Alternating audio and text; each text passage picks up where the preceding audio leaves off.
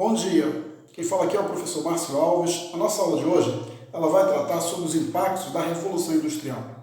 Nós já vimos que a Revolução Industrial ela aconteceu na Inglaterra, início do século XVIII, quando os ingleses começaram a descobrir as primeiras máquinas, construíram as máquinas, e a primeira máquina que eles conseguiram inventar foi a máquina a vapor. Claro, eles tinham algumas vantagens. Quais eram as vantagens que os ingleses tinham? Nós já vimos na aula anterior. Os ingleses eles tinham uma energia, um combustível chamado carvão, que, como eles tinham muitas minas de carvão, ajudavam eles a ter energia para começar a trabalhar as primeiras máquinas. Uma outra coisa que eles tinham também, uma grande plantação de algodão, produção imensa de algodão. Então, através dessa produção de algodão, eles começaram a produzir tecidos para que as pessoas pudessem produzir mais roupas e assim vender para outros países. Uma outra vantagem, recursos financeiros. Tinham dinheiro para investir.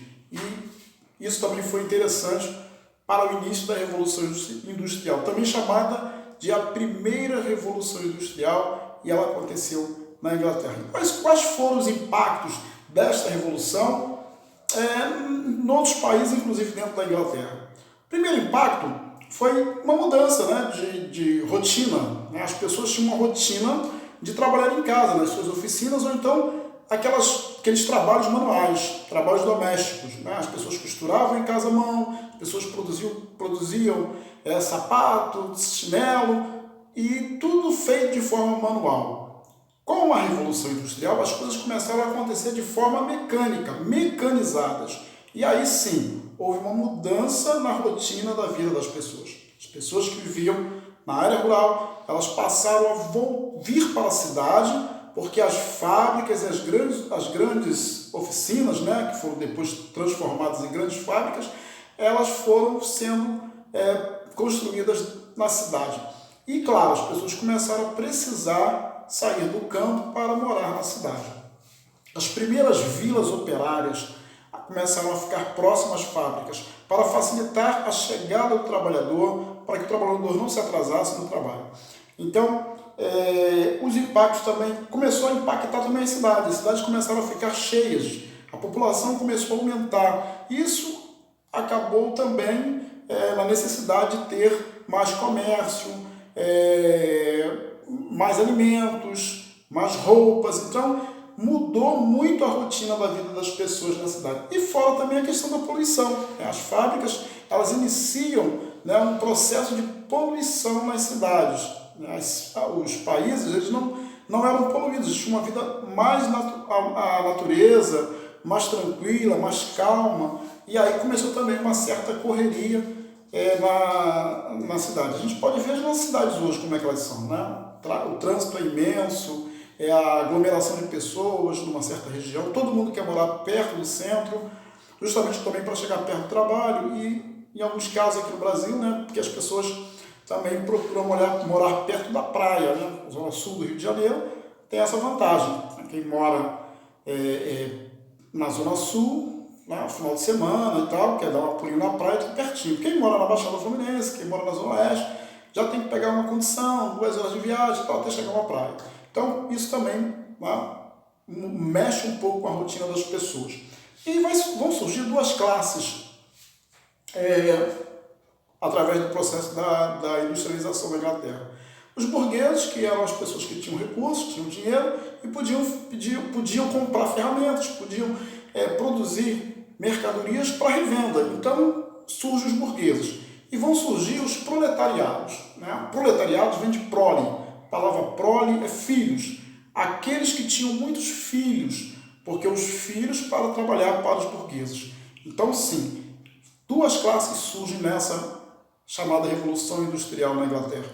Os burgueses e os proletariados. Depois, eles vão ser chamados e tratados como operários hoje.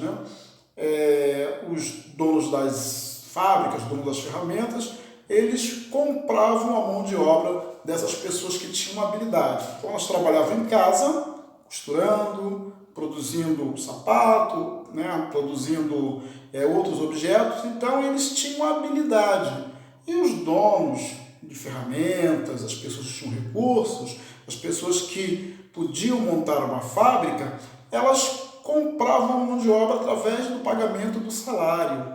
Então elas diziam assim, ó, nós vamos pagar um valor para vocês. Não determinava o valor, mas no final da semana vocês vão receber um valor. E aí eles pagavam, e às vezes, quanto eles queriam, né? Quanto eles achavam que deviam. Não tinha um salário mínimo determinado, não tinham leis trabalhistas, as pessoas trabalhavam de 10 a 22 horas, de 10 a 12 horas, 22 não, de 10 a 12 horas por dia, pouco horário para dormir, pouco horário para descansar. Um outro agravante, as mulheres trabalhavam na fábrica e faziam um trabalho pesado. As crianças eram levadas para as fábricas também. As crianças também ajudavam na produção nas fábricas. E em muitos casos viviam e trabalhavam uma situação insalubre, uma situação de sujeira, né, de animais peçonhentos perto. Então, não tinha muita limpeza nas fábricas, mas tinha uma coisa certa, tinha que dar produção. E aí você vai também ter na Revolução Industrial a introdução de um equipamento muito importante para controlar o tempo das pessoas, é o relógio. As pessoas vão começar a colocar um relógio na fábrica, e esse relógio é um relógio para controlar o tempo de produção. Então a pessoa tinha que fazer em tanto tempo um número de peças, né? Se ela não fizesse essa quantidade de peças, o patrão reclamava e até mandava embora, sem direito a nada. Então ela tinha que dar produção, e o relógio é que controlava o tempo das pessoas. E depois vai surgir também o relógio da fábrica, que é o relógio para marcar o horário da entrada, o horário do almoço, o horário da volta do almoço e o horário da saída para ir para casa. Isso vai ser introduzido muito tempo depois, né? Porque vai ter o controle da frequência do trabalhador. Então, isso mexeu muito na rotina das pessoas na cidade, na rotina dos operários, no cotidiano dos operários, né? E aí, claro, vai surgir alguns embates. Por quê? Porque a classe operária, ela começa a se organizar em sindicatos, em clubes, né? E esses clubes, né, os primeiros clubes na Inglaterra, Lud era um líder sindical e ele vai organizar um movimento. Depois esse movimento é chamado de ludismo. Então esse movimento começa a reivindicar melhorias para os trabalhadores. Começam a pedir para que tivessem melhores condições de vida, inclusive salário mais digno, né? E aí, como eles não conseguiam isso, né? Em alguns momentos, para conseguir isso, eles tinham que ser radicais, e aí vão surgir a figura dos chamados quebradores de máquinas. Porque muitos não estavam satisfeitos com a Revolução, porque viviam uma vida mais tranquila e começaram a ser empregados, né, das pessoas que tinham mais recursos. E aí, o que eles faziam? Eles começaram a quebrar as máquinas à noite. Então, entrava um grupo na fábrica, quebravam as máquinas para que o patrão tivesse prejuízo e as fábricas acabassem e voltassem, na ideia deles, que voltasse aquela rotina antiga. Não deu certo, né? O governo entrou, conseguiu prender as pessoas, conseguiu acabar com esse movimento e as fábricas foram dando continuidade. Era uma situação que não teria volta. A gente sabe que até, né, os dias de hoje, como é que funciona as fábricas, como é que funciona o trabalho, como é que funciona a relação do trabalhador com o patrão. Em alguns casos, os patrões, eles determinam como tem que ser, como vai ser, e não tem discussão, não tem debate. Eles querem a produção, eles querem ganhar o lucro, a mais-valia. Eles preferem, né, acumular riquezas, independente da situação de cada trabalhador, de cada empregado. Alguns patrões, nem todos, né? Tem algumas pessoas que são corretas, são dignas, né? Têm uma visão mais progressista, então elas, né, tratam a relação patrão-empregado como uma relação mais amistosa e mais cidadã. A Revolução Industrial, ela trouxe isso para a Inglaterra, muita riqueza. A Inglaterra se tornou uma potência, né? Então, na Primeira Guerra Mundial, a Inglaterra é a grande potência.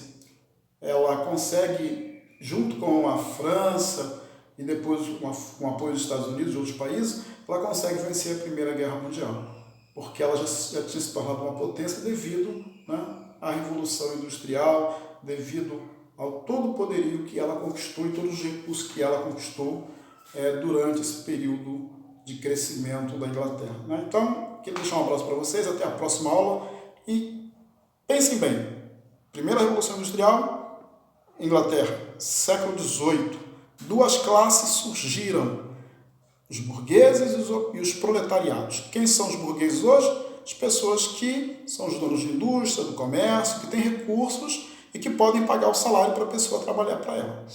Quem são os proletariados? Os operários, todos aqueles que são empregados, carteira assinada ou não, mas que trabalham para alguém, né? Que vendem a sua mão de obra para uma outra pessoa que pode pagar os recursos. Então, espero que vocês tenham aprendido um pouquinho nessa aula. Um abraço e até a nossa próxima aula.